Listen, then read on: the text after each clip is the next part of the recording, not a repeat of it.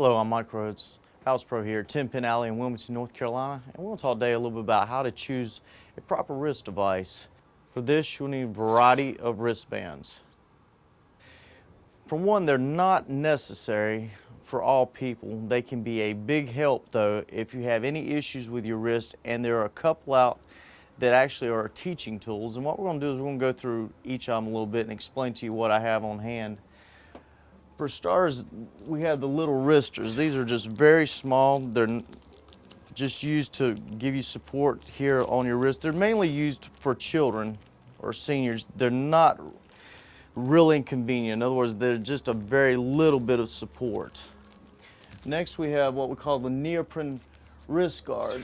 We have a young man here that really turns the ball a lot, and he was having wrist discomfort. And this is basically same thing you could get at a CVS pharmacy, but it just keeps some heat on them tendons, and he said he was able to bowl pain-free after that. Next, we have the Columbia gloves. They're a little more detailed. As you can see, they've got the fingers on them, and they have a metal brace that goes through the back. And what this does, it helps give you a little support on your wrist. I personally use them sometimes in the tournament when we have to bowl 8 or more games in a day. Towards the end of the day, if your wrist starts to tire like mine will, then this gives you just that little bit of extra support to be able to have the stamina to endure extra games.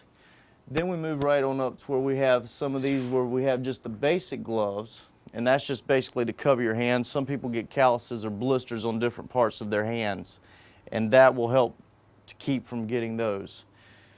This here is one of the top line, and what this does is it's actually got ways you can set this, and it can teach a bowler how to throw a hook, because it locks your hand into that position.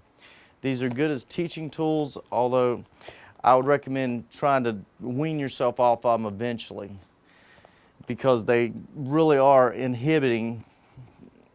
I don't even know what the right word is, but they really do set your hand in a spot, and they're not very flexible, but they're wonderful teaching tools. And for anybody that's had any wrist issues, these can be of great benefit, and if you do have wrist issues, then it's fine to just keep right on wearing whatever wrist brace you use. So once again, just base it off of your physical limitations. If you need more support, then use something really strong. If you need just a little added support, then go with something that's less inhibitive. Or if you don't need one, that's okay too. And that's how you choose a bowling wrist brace.